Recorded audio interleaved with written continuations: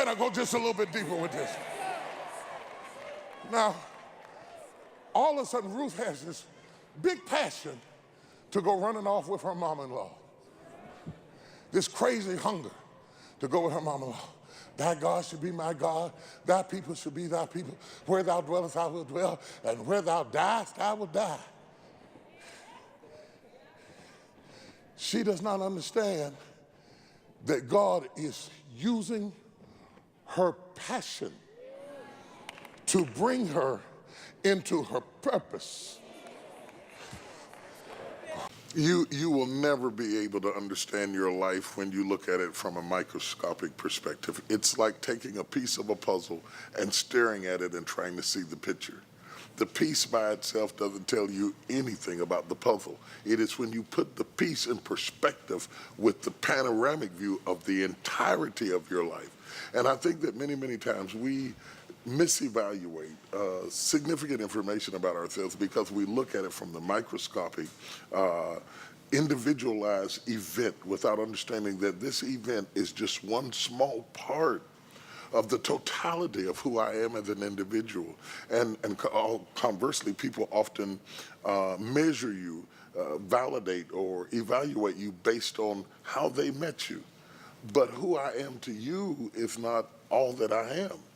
And so whether you like me or don't like me, embrace me or don't embrace me, understand that you haven't even seen me. You've only seen one slice of who I am. The big question is, how do I know my purpose from God's purpose? And how do I know when I'm in that purpose? Isn't that the big question?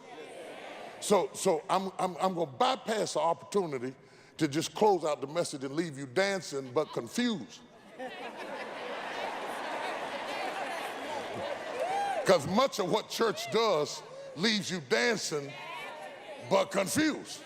And you go home and say, Lord, I got that from Bishop, but how does that fit with my situation? Am I right? And we're going to tie this up this morning, and then we're going to take communion, and we're going to go. Watch this. The common thread in the story is this simple thing. It is not just purpose, protection, and provision that I want you to see. I also want you to see the power of passion. Wherever your passions are,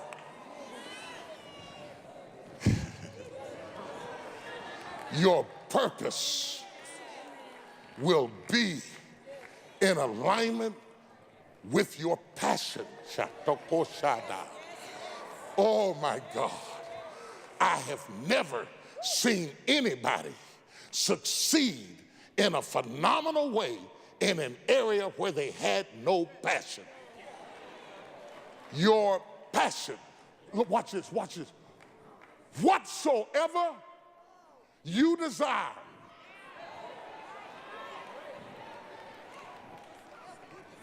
When you pray. Now, can I drill? Just let me drill in this a minute. Whatsoever you have a passion for, when you pray, God said, pray in your passion. Whatsoever you desire, when you pray, then he says, he adds something to it, believe in your passion. Believe that you have received it, and ye shall have it. Watch this, watch. Let me show you something. I want you to get this, because this is deeper than the elementary understanding of God's going to give me whatever I want. That's not what I'm saying. I'm saying something heavier than that. I'm saying that God's going to give you the want to whatever he's given you.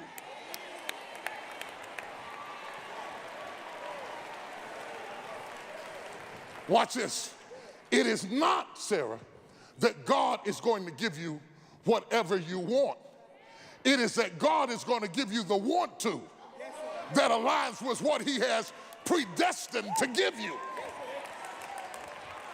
God did not make Adam and then not make Eve want Adam.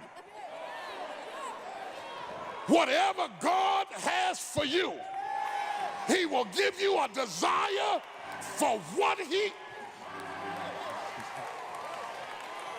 Watch this, So watch this, listen. The Bible says that God will give us the desires of our heart. We think that means that God will give us whatever we want. That's not what he's saying. It's saying that the clue is in the desire, that God gives you the desire. Like he didn't give it to Orpah to want to follow Naomi, because it was not predestined for her provision to be in that place. But he did give the desire to Ruth because her purpose was in her passion. And so if you can't figure out your purpose, figure out your passion. For your passion will lead you riding into your purpose. And danced out my belt. Look at this. So the enemy has most of us so focused on other people's business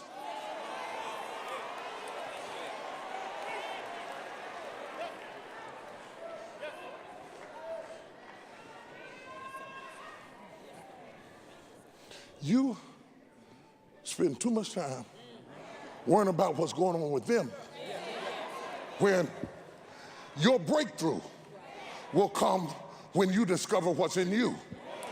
Step 2, stop trying to meet somebody who can tell you who you are. Because if you do that and you have not discovered who you are, they won't tell you who you are. They'll manipulate you into what they need.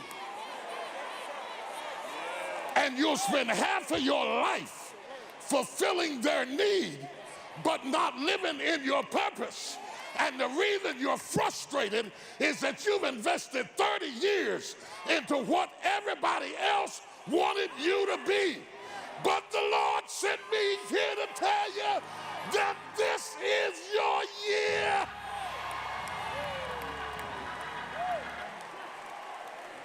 To step into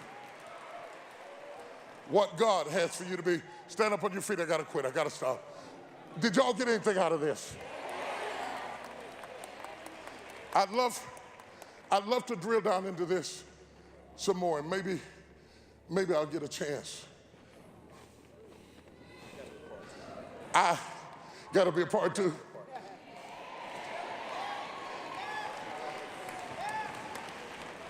How long you been playing football? Played for 15 years. Been playing for 15 years. Professionally. Before that? I played 27. 27 years. So you grew up playing ball, just loving it. And you decided to work in the area you love. You gave yourself to it, and it gave itself to you.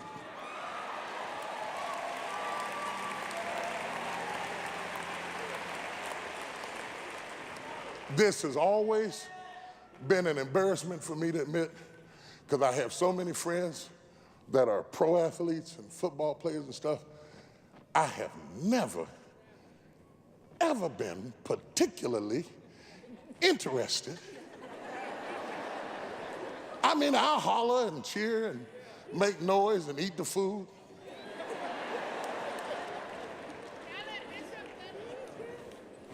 But if I hear anybody with a mic in their hand, it don't even have to be a preacher, it can be a comedian, it can be a news commentator.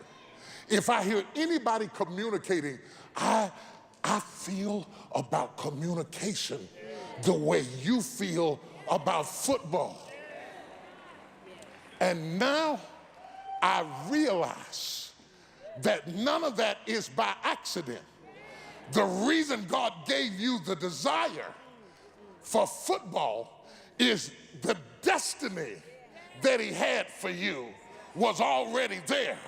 And he gave you the desire so you would have the force to overcome all the hell you had to go through to step into what God wanted you to be.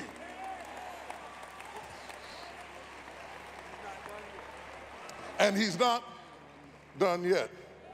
And this is how you know he's not done, is because you have more than one desire. Oh, I'm trying to help you. Yeah, you're right. You're right, dude.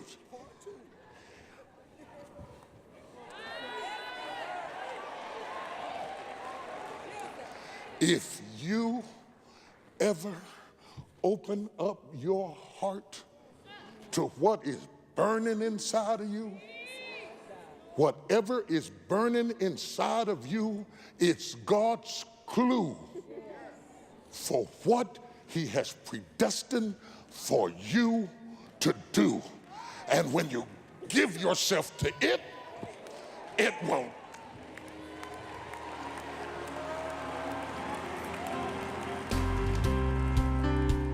Even now, you're feeling that your life is about to change, and it's only the first message. Make sure you take time to reflect on the key points you've already received.